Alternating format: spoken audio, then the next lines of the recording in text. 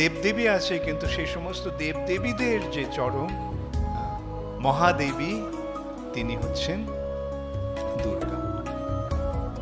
আর সেই সমস্ত দেবতাদেরও দেবতাকে, সমস্ত দেবতাদেরও দেবতা হচ্ছেন শিব মহাদেব। দেবাদিদেব, দেব আদি দেব মহাদেব। এখন প্রতিটি ব্রহ্মাণ্ডেই এরকম বিভিন্ন দেবদেবী রয়েছে। আর ব্রহ্মাণ্ড কি এই একটাই ব্রহ্মাণ্ড? অসংখ্য ব্রহ্মাণ্ড রয়েছে, এবং সমস্ত ব্রহ্মাণ্ডে এই সেট অফ দেবদেবী রয়েছে, দেবদেবীরা রয়েছে। যেমন যে পশ্চিমবঙ্গ সরকারের বিভাগ রয়েছে, আবার বিহার সরকারের বিভাগ রয়েছে, তেমন মহারাষ্ট্রের বিভাগ আছে, গুজরাটের বিভাগ আছে, প্রতিটা। তারপর আবার চরমে ভারতবর্ষের বিভাগগুলো রয়েছে, তারও আবার সেন্ট্রাল গভর্নমেন্টের মন্ত্রী রয়েছে। এইভাবে আমরা দেখতে পাই যে অনেক ব্রহ্মাণ্ড রয়েছে, এবং সেই সমস্ত ব্রহ্মাণ্ডে বিভিন্ন দেবদেবী রয়েছে। কিন্তু এই যে এতগুলি ব্রহ্মাণ্ড, এগুলো কে সৃষ্টি করেছে? দেবদেবীরা সৃষ্টি করেছে? না, যিনি সৃষ্টি করেছেন তিনি হচ্ছেন জগন্নাথ, তিনি হচ্ছেন পরমেশ্বর ভগবান। ভগবান, এই যে দুটো শব্দের পার্থক্য আমাদের বুঝতে হবে ঠিক করে। দেবদেবীর সঙ্গে ভগবানের পার্থক্য। দেবদেবীরা কি ভগবান? না, ভগবান। তাহলে প্রতিটি সংস্কৃত প্রতিটি শব্দের একটা অর্থ আছে, প্রতিটি ভাষাতেই শব্দগুলোর অর্থ আছে, সেটা আমরা সেই জন্য অভিধান আছে, সেই শব্দের অর্থ কোষ। এখন এই যে ভগবান শব্দটা, তার অর্থটা কি? যেমন আমরা কাকে বলি বলবান? কাকে আমরা বলি বলবান? যার বল আছে। কাকে আমরা বলি ধনবান? যার ধন আছে। কাকে আমরা বলি রূপবান? যার রূপ আছে।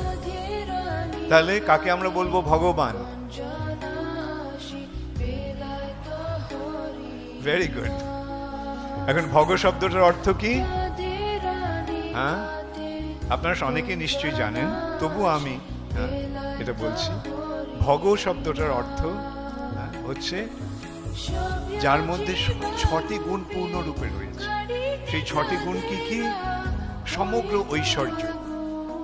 সমগ্র ঐশ্বর্য মানে যত জগতে যত ধন সম্পদ আছে সবকিছুর মালিক হচ্ছেন তিনি। ঐশ্বর্যস্য, সমগ্রস্য। বীর্যস্য, বীর্য মানে হচ্ছে শক্তি। এই সমস্ত শক্তি কার আছে? সর্বশক্তিমান কে? এই সমগ্র ঐশ্বর্য, সমগ্র বীর্য, সমগ্র যশ, সমগ্র সৌন্দর্য, সমগ্র জ্ঞান এবং সমগ্র বৈরাগ্য